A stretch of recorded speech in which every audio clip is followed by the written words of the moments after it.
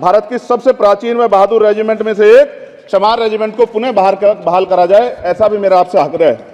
2 अप्रैल 2018 को SC/ST के बच्चों पे बहुत बड़े पैमाने पे मुकदमे लगे थे। वो हमारी लड़ाई सही थी, ये सुप्रीम कोर्ट ने माना और बाद में सरकार ने माना। वो मुकदमे तुरंत वापस होने चाहिए। इसलिए मेरा आग्रह है कि युवाओं के लिए कृपया समाप्त करें। चंद्रशेखर माननीय सभापति जी, मैं पहली बार बोल रहा हूं, आप कहेंगे मैं बैठ जाऊंगा, मैं आपकी बात, मैं संवैधानिक मर्यादा का पालन करूंगा, मगर हम तो माननीय सभापति जी सुन ही रहे हैं आप कि जितना देश दूसरों का है सर, इतना हमारा भी है। हम मरने के लिए पैदा नहीं हुए, जो चाहता है हमारी हत्या कर देता है। मूछे रखने पे, घोड़ी पे बैठने पे, मटकी छूने पे हमारी हत्या हो रही है। क्या बदला है सर 70 साल बाद भी?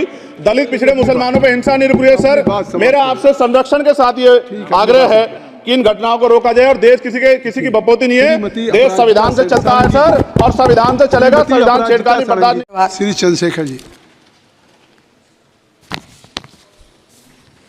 माननीय सभापति जी, जय भीम। महामहिम राष्ट्रपति जी के अभिभाषण पर धन्यवाद प्रस्ताव पर बोलने को आपने मुझे अवसर दिया, इसके लिए मैं आपका आभारी हूं। सभापति महोदय, सर्वप्रथम मैं बहुजन समाज में जन्मे सभी संतों, गुरुओं, महान पुरुषों को नमन करता हूं, जिनमें महात्मा ज्योतिबा फूले, डॉक्टर बाबा साहब अम्बेडकर और मान्यवर काशीराम साहब को मैं याद भी करता हूं आज के दिन पर। साथ साथ नगीना की महान जनता और भीम आर्मी और हमारी पार्टी आज़ाद समाज पार्टी काशीराम के साथियों का भी धन्यवाद करता हूं। इसके बाद अपने कुल गुरु जगत गुरु सदगुरु रविदास जी महाराज को भी मैं नमन करता हूं, जिन्होंने दुनिया को लगभग 600 साल पहले बेगमपुरा शहर के रूप में दुनिया का सबसे महान लोकतांत्रिक दर्शन दिया। अध्यक्ष महोदय, माननीय सभापति जी, 14 अगस्त 1947 को ये देश अंग्रेजों के अधीन था। 15 अगस्त 1947 को हम लोग आज़ाद हुए। 16 अगस्त 1947 को देश आज़ादी में था, लेकिन धन धरती राजपाट में बंटवारा नहीं हुआ। जो साधन संसाधन थे उनमें बंटवारा सही रूप से न होने के कारण एक बहुत बड़ी आबादी सुविधाओं से वंचित और सम्मान से वंचित रह गई। उनको सम्मान देने के लिए और अंतिम व्यक्ति तक सुविधाएं पहुंचे, इसके लिए लोकतंत्र की व्यवस्था हुई। लेकिन आज़ादी के 70 साल बाद भी हम कहाँ खड़े हैं, इस पर ये चिंता का विषय है। मैं मानता हूं कि सामाजिक न्याय तभी होगा माननीय सभापति जी, जब जातीय जनगणना पूरी होगी और जातीय जनगणना कराई जाएगी, और साथ साथ संख्या के आधार पर आरक्षण जो है वंचित वर्गों का बढ़ाया जाएगा। उसके साथ साथ जब राष्ट्रपति जी अभिभाषण पर बात रख रही थी तो उन्होंने शहरी और ग्रामीण क्षेत्रों के विकास की बात कही और ये भी कहा कि दुनिया में सबसे उत्तम शहर हमारे यहाँ बने। लेकिन माननीय सभापति जी, 70% आबादी तो गांव में निवास करती है, तो गांव की आबादी के बारे में भी सोचना होगा कि उनका जीवन कैसे बदले। माननीय सभापति जी, उच्च शैक्षणिक संस्थानों में बहुजन समाज के जो छात्र हैं उनके साथ कास्ट एट्रोसिटी हो रही है, निरंतर उनकी हत्या हो रही है। साथ साथ जो सरकारी कर्मचारी हैं दफ्तरों में, उनके साथ भी जो SC/ST OBC और मुस्लिम और अन्य धार्मिक अल्पसंख्यक, उनके साथ भी माननीय सभापति जी जातिगत और धार्मिक जो है शोषण किया जा रहा है। इसलिए मेरी मांग भी है कि पुरानी पेंशन को भी अध्यक्ष जी बहाल किया जाए। जो कर्मचारी देश की सेवा में लगे हैं उनका भी सम्मान होना चाहिए। साथ साथ सभापति जी, भाजपा ने चुनावी लाभ के लिए सबका साथ सबका विकास के नारे दिए जो खोखले हैं, क्योंकि 10 साल में दलित पिछड़े आदिवासी मुस्लिम और अन्य धार्मिक अल्पसंख्यक जो अत्याचार हुए हैं वो किससे छिपे हुए नहीं हैं। ये गलत है, ये बंद होना चाहिए। सभापति महोदय जी, महामहिम राष्ट्रपति जी के अभिभाषण में निजी क्षेत्रों में SC/ST OBC को रिजर्वेशन देने का कोई उल्लेख नहीं हुआ है, जो कि आज चर्चा का विषय, क्योंकि 98% प्राइवेट सेक्टर है, 2% सरकारी सेक्टर है, तो 98% प्राइवेट सेक्टर में भी हमारी हिस्सेदारी की बात होनी चाहिए। माननीय सभापति जी, आशा कार्यकर्ताओं, आंगनबाड़ी वर्करों, भोजन माताओं के वेतन वृद्धि पे भी कोई उल्लेख नहीं हुआ है, वो भी अभी नंगे, उन पर भी सोचना पड़ेगा। माननीय सभापति जी, जिस क्षेत्र से मैं चुन के आया हूं नगीना से, वो बहुत पिछड़ा क्षेत्र है। उस क्षेत्र में कोई विशेष आर्थिक पैकेज नहीं दिया गया, रोजगार की सेवाएं नहीं है, नौजवान पलायन करता है। IIT, IIM, एम्स, केंद्रीय विद्यालय आदि शिक्षा में और चिकित्सा संस्थानों की स्थापना होनी चाहिए, जो कि नहीं है।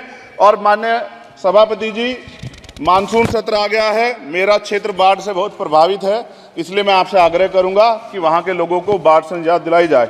माननीय सभापति जी, चीन हमें आंख दिखा रहा है और लगातार हमारे देश की सीमाओं में घुसपैठ कर रहा है, इसलिए अग्निवीर योजना को हटाकर पुनः सेना भर्ती शुरू की जाए।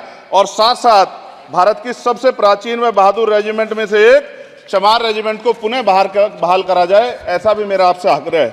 माननीय सभापति जी, पिछले सारे प्रधानमंत्रियों ने मिलकर जितना कर्ज लिया है उससे दुगना कर्ज हमारे वर्तमान के प्रधानमंत्री जी ने लिया है। किसान अगर अपना कर्ज माफ कराने के लिए जाता है तो लाठी झेलनी पड़ती है, जबकि सरकार ने धन्ना सेठों का 15 लाख करोड़ रुपया माफ किया है। इस ओर हमें ध्यान देना पड़ेगा, हमारी आने वाली पीढ़ियों को ये कर्ज चुकाना पड़ेगा। माननीय सभापति महोदय जी, किसानों को एमएसपी की लीगल गारंटी तथा किसानों का कर्ज माफ होना चाहिए। साथ साथ 2 अप्रैल 2018 को SC/ST के बच्चों पे बहुत बड़े पैमाने पे मुकदमे लगे थे, वो हमारी लड़ाई सही थी, ये सुप्रीम कोर्ट ने माना और बाद में सरकार ने माना, वो मुकदमे तुरंत वापस होने चाहिए।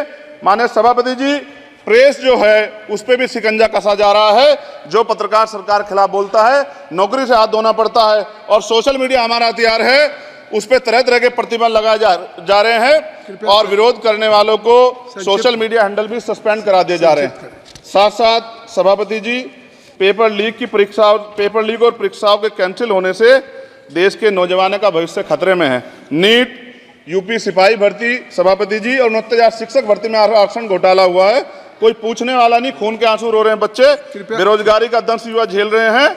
इसलिए मेरा आग्रह है कि युवाओं के लिए कृपया समाप्त करें चंद्रशेखर जी। माननीय सभापति जी, मैं पहली बार बोल रहा हूं, आप कहेंगे मैं बैठ जाऊंगा, मैं आपकी बात, मैं संवैधानिक मर्यादा का पालन करूंगा, मगर हम तो माननीय सभापति जी सुन ही रहे हैं। आप बोलिए, 1 मिनट। धन्यवाद। एक मिनट और बोलिए। अध्यक्ष सभापति जी, नारी सम्मान की बात करने वाली सरकार, हमने मणिपुर देखा सर, हमने पहलवान बेटियों का हर्ष देखा सर, और हमने सर हाथरस की बेटी का हर्ष देखा सर, और हाथरस के परिवार को जो वादा किया था सरकार ने वो भी पूरा नहीं किया, और महिलाओं में भी स्पेशली दलित, पिछड़े और मुस्लिम वर्ग की, आदिवासी वर्ग की महिलाओं के साथ आज भी NCRB का डाटा कहता है सर जो जुल्म हो रहा है वो सहनीय नहीं है सर। साथ साथ कोविड में तैरती, हमने कोविड में बहुत सुना सर, कोविड में तैरती लाशें भी गंगा में हमने देखी है सर, और मजदूरों का हाल भी हमने देखा है। सभापति जी, बस सब समाप्त कर रहा हूं। नोटबंदी पे छोटे मजले उद्योग की जो कमर टूटी वो भी हमने देखी है। सभापति जी, शैक्षणिक संस्थानों, विश्वविद्यालयों में, चिकित्सा संस्थानों में OBC ST के योग्य अभ्यर्थी को NFS करके जिस तरह निकाला जा रहा है, लेटरल एंट्री करके जिस तरह हमारे रास्ते बंद किए जा रहे, ये भी हम देख रहे हैं सभापति जी।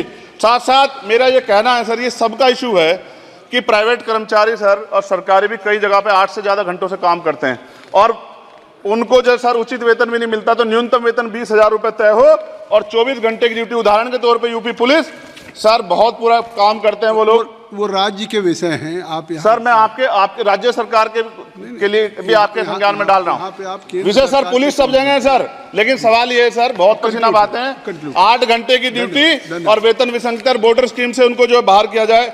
माननीय सभापति जी, 1 मिनट चाहिए सभापति जी। राष्ट्रपति जी ने धर्म के बारे में बात की थी, राम मंदिर से पहले हमारे गुरुघर तुगलकाबाद का फैसला आया था राष्ट्रपति जी, वो सभापति जी अभी तक दिल्ली में स्थित सदगुरु रविदास जी महाराज का गुरुघर नहीं बना। साथ साथ सभापति जी, अपनी बात को खत्म करते हुए मैं आपसे कहना चाहता हूं कि जितना देश दूसरों का है सर, इतना हमारा भी है। हम मरने के लिए पैदा नहीं हुए, जो चाहता है हमारी हत्या कर देता है। मूछें रखने पे, घोड़ी पे बैठने पे, मटकी छूने पे हमारी हत्या हो रही है। क्या बदला है सर 70 साल बाद भी? दलित, पिछड़े, मुसलमानों पे हिंसा नहीं रुक रही है सर। मेरा आपसे संरक्षण के साथ ये आग्रह है कि इन घटनाओं को रोका जाए, और देश किसी की बपोती नहीं है, देश संविधान से चलता है सर, और संविधान से चलेगा, संविधान छेड़खानी बर्दाश्त नहीं की जाएगी सर। धन्यवाद।